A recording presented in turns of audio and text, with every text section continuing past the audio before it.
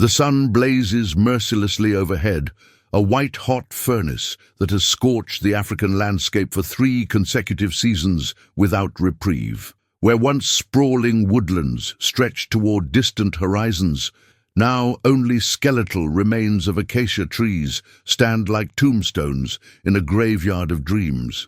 The earth beneath cracks and splits, forming jagged scars that seem to mirror the desperation etched into every living creature's struggle for survival.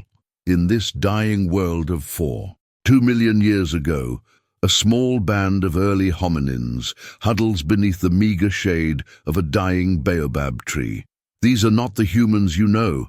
They are Australopithecus anamensis, our ancient ancestors who walk upright on 2 legs but still possess the powerful arms and keen instincts of their tree-dwelling past. Their dark, weathered skin glistens with sweat as they scan the barren horizon with eyes that have witnessed the slow death of their paradise. Kesi, a young female with intelligent brown eyes and calloused hands, carefully examines the last remaining tubers she managed to dig from the hardpan soil. Her stomach gnaws at her insides like a persistent predator, but she knows these precious roots must be rationed. Around her, the remnants of her family group, 15 souls clinging to life, wait in silent desperation. The elderly matriarch, Asha, breathes in shallow, labored gasps, her body already beginning to shut down from the relentless dehydration that has claimed 2 members of their band in the past moon cycle. The wind carries only dust and the acrid smell of death. No longer does it bring the sweet fragrance of ripening fruits or the earthy promise of fresh water. Instead, it whispers tales of extinction across a continent that has become a furnace of natural selection.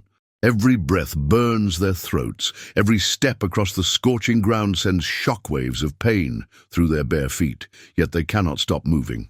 To stop is to die. Jengo, the group's most experienced tracker, suddenly raises his head like a wild dog catching a scent. His nostrils flare as he processes information invisible to modern human senses. Through countless generations of survival, his ancestors have passed down an almost supernatural ability to detect the faintest traces of moisture in the air. His weathered face contorts with concentration as he filters through the overwhelming heat to find something, anything that might offer hope. There, barely perceptible, but unmistakably present. The subtle shift in atmospheric pressure that precedes storm clouds still days away. The microscopic scent molecules that suggest vegetation growing somewhere far beyond their current hell. Jengo's pulse quickens, but he forces himself to remain calm. False hope has killed more hominins than saber-toothed cats during these crushing drought years. He gestures sharply to Kesi, using the complex hand signals their species has developed to communicate silently when predators might be listening.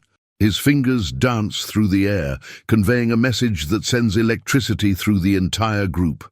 Water exists, but it lies far to the east, beyond territories they have never explored, through landscapes that may harbor unknown dangers. The decision that follows will echo through 4 million years of human evolution. Stay in this familiar wasteland and face certain death within days, or venture into the unknown, risking everything on the possibility of survival. Asha, despite her failing body, raises herself on trembling arms and locks eyes with each member of their family. In her gaze lies the accumulated wisdom of countless previous droughts, famines, and migrations that have shaped their lineage. She nods once, decisively. They will move. The preparation begins immediately, though there is little to pack. Their entire civilization fits into the hands and memories of 15 desperate individuals. Kesi carefully wraps the remaining tubers in broad leaves that have long since turned brown and brittle. The young males, Bakari and Amani, check their simple tools, sharpened sticks that serve as both digging implements and weapons against the hyenas and wild dogs that have grown bold in their desperation. As the sun reaches its merciless zenith, casting shadows so short they offer no protection, the group begins their march toward an uncertain future.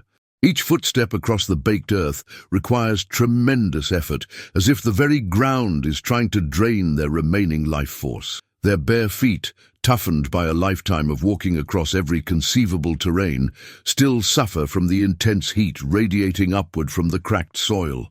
Behind them lies everything they have ever known. The scattered bones of their ancestors rest in caves they will never see again. The traditional gathering grounds where generations of their people celebrated successful hunts and shared stories during cool evenings are now nothing more than dust-covered memories. They are walking away from their entire world, carrying only their genetic inheritance and the desperate hope that somewhere ahead lies salvation. The first day of their journey reveals the true scope of the ecological catastrophe that has gripped this region of ancient Africa. What should be rivers are now chains of isolated pools, each one smaller and more stagnant than the last. The wildlife that once provided both sustenance and danger has largely vanished or moved on, leaving behind a landscape eerily devoid of the sounds that normally accompany African wilderness. Vultures circle overhead with increasing frequency, their keen eyes tracking the struggling band below. These scavengers have learned to follow groups of desperate animals across the wasteland, waiting patiently for exhaustion to claim its victims. The constant presence of these harbingers of death creates a psychological pressure that weighs heavily on every member of the group, especially the youngest children who cannot fully understand why their world has transformed into this nightmare. Little Zuberi, barely 3 years old, clings to his mother Nalani with the fierce desperation of a child who senses impending doom without comprehending its nature. His large, intelligent eyes, the same eyes that will one day belong to every human being on Earth, dart constantly between the harsh landscape and the faces of the adults around him, searching for reassurance that becomes harder to provide with each passing hour. By the second evening, the brutal mathematics of survival begin to assert themselves. Asha, the matriarch whose knowledge has guided them through previous hardships, collapses during their rest period and cannot be roused. Her breathing becomes increasingly shallow as her body, pushed beyond its absolute limits, begins the process of shutting down. The group faces another agonizing decision: carry her and risk the survival of everyone, or leave her behind and preserve their chance of reaching water. In the cruel calculus of evolution, there can be only one choice. Asha herself, in a moment of crystal-clear lucidity, gestures weakly for them to continue without her. Her eyes, still bright despite her failing body, convey a message that transcends language. The survival of the young must take priority over sentiment. She has lived her life and contributed her genetic legacy. Now, her final gift to the future of humanity is the wisdom to let them go.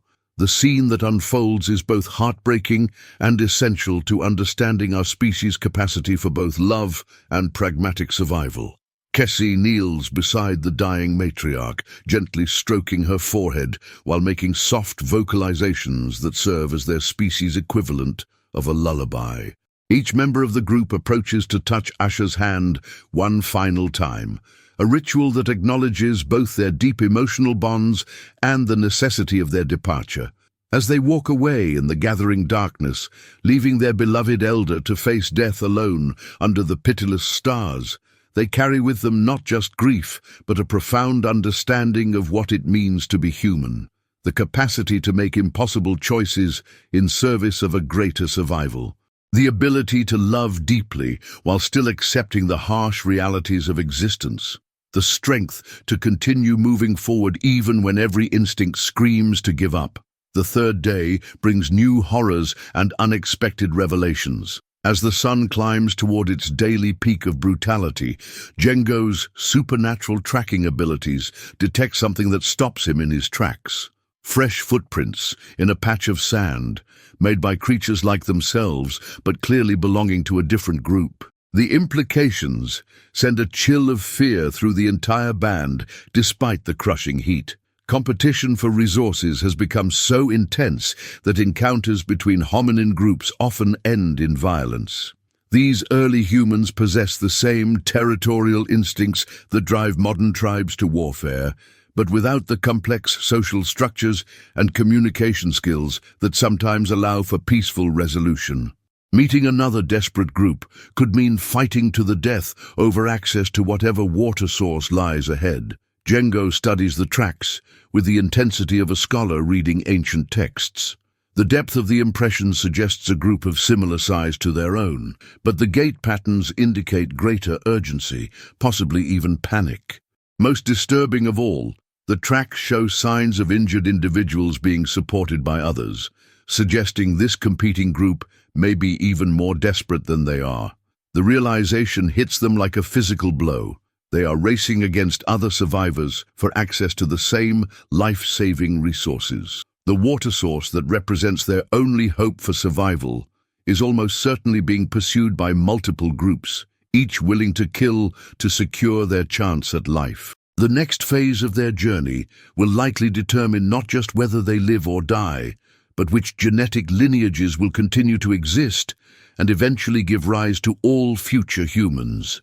As if responding to this grim revelation, the landscape around them begins to change in subtle but significant ways. The complete desolation that has characterized their journey so far gives way to occasional patches of dried grass and the skeletal remains of bushes that suggest moisture might exist somewhere nearby. These tantalizing hints of life provide just enough hope to keep their legs moving, but also increase the psychological pressure of knowing they are close to either salvation or the final confrontation that will end their story. The fourth night passes in fitful sleep, punctuated by the distant sounds of other creatures, also drawn to the same area by the promise of water. Hyena calls echo across the darkness, but they are not alone.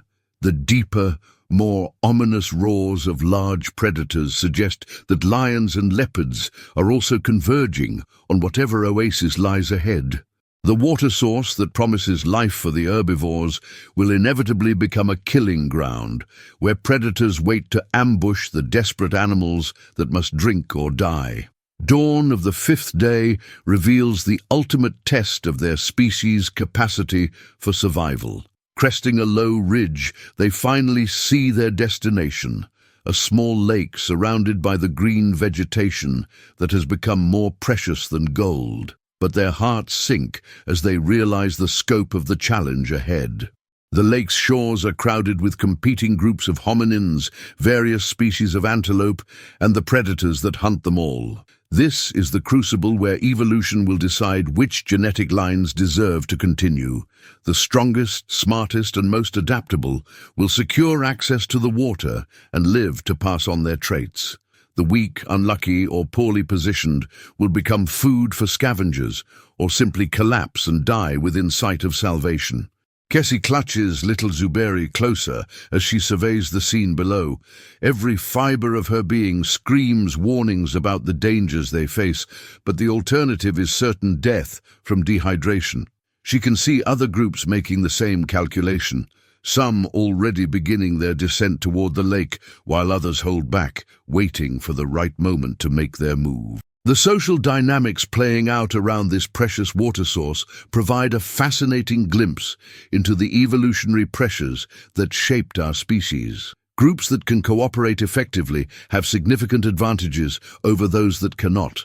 But cooperation requires sophisticated communication and the ability to trust strangers who might betray that trust at any moment. The hominins who succeed here will be those who can balance cooperation with self-protection, diplomacy with violence, and short-term survival with long-term genetic success. Jengo makes a series of subtle hand signals that convey a complex strategy to his group. Rather than charging directly toward the water like some of the more desperate bands, they will position themselves strategically and wait for the optimal moment. His plan requires patience they can barely afford, and coordination that tests the limits of their communication abilities, but it offers their best chance of securing water without being overwhelmed by competitors or predators. The tension around the lake builds throughout the morning as more groups arrive and the competition for access intensifies. Several violent confrontations break out between rival bands, with the victors claiming temporary control over small sections of shoreline, while the defeated either flee or collapse where they fall. The primitive brutality of these encounters serves as a stark reminder that survival often depends on the willingness to use violence when cooperation fails. But within this apparent chaos, remarkable displays of intelligence and social cooperation also emerge. Some groups successfully negotiate temporary truces, sharing access to water in exchange for mutual protection against predators. Others develop sophisticated strategies for approaching the lake that minimize their exposure to both competitors and the large cats waiting in ambush. As afternoon approaches, Jengo signals that the time has come for their group to make their move. The plan he has developed requires perfect timing and absolute trust in each other. They will approach the lake in a coordinated formation that protects their most vulnerable members while maintaining their ability to fight or flee if necessary. Every member of the group understands their role and the critical importance of executing it flawlessly. The descent toward the water feels like a journey into the heart of evolution itself. Each step brings them closer to either survival or death, with no middle ground possible. The heat radiating from the rocky slope sears their feet, but they maintain their formation and focus despite the overwhelming temptation to break ranks and rush toward the life-giving water. As they near the lake's edge, a massive lioness emerges from a reed bed where she has been waiting in ambush. Her golden eyes assess the approaching hominins with the calculating intelligence of an apex predator who has learned to exploit the desperation of drought-stricken prey. This is the moment when our ancestors' bipedal locomotion and tool use will either prove their evolutionary worth or result in their extinction. Bakari and Amani immediately move to positions that allow them to use their sharpened sticks effectively while protecting the group's retreat route. Their movements are coordinated and purposeful, demonstrating the sophisticated tactical thinking that will eventually allow humans to dominate every environment on Earth. The lioness, recognizing that these upright apes present greater danger than typical prey, hesitates just long enough for the group to reach the water's edge. The first taste of cool, clear water after 5 days of desperate thirst provides a moment of pure ecstasy that transcends every other experience these early humans have ever known. But even as they drink, they maintain vigilance against the countless threats surrounding them. This precious water represents not just immediate survival, but the possibility of a future that extends beyond the current drought cycle. As evening approaches and the immediate crisis of thirst is temporarily resolved, the group faces new decisions that will shape the trajectory of human evolution. Should they attempt to establish a permanent presence near this lake, competing with other groups for long-term access? Or should they use this respite to continue their migration toward regions that might offer more sustainable resources and less competition? The choice they make will ripple through millions of years of subsequent evolution, influencing everything from the development of human social structures to our species' eventual spread across the globe. In this moment, around a small lake in ancient Africa, the future of humanity hangs in the balance of decisions made by exhausted, desperate ancestors who cannot possibly comprehend the significance of their actions. Their story continues beyond this single moment of survival, but the lessons learned during these 5 days of desperate migration will become encoded in human DNA and cultural memory. The willingness to abandon familiar territory when survival demands it. The capacity to cooperate under extreme pressure while maintaining readiness to fight when necessary. The intelligence to read environmental signs and make complex strategic decisions under impossible circumstances. These traits, forged in the crucible of drought and desperation 4.2 million years ago, will eventually enable their descendants to survive ice ages, cross oceans, build civilizations, and reach for the stars. But none of that future glory would be possible without the courage and determination demonstrated by Kesi, Jengo, and their small band of survivors during humanity's darkest hour. The water they fought so hard to reach flows cool and sweet across their parched throats, carrying with it the promise of continuation. Tomorrow will bring new challenges and impossible choices, but tonight they rest beside the lake that saved them, dreaming dreams that will echo through every generation of humans yet to come. In their survival lies the seed of every human story that will ever be told, every innovation that will ever be conceived, and every act of courage that will ever inspire future generations to overcome the impossible.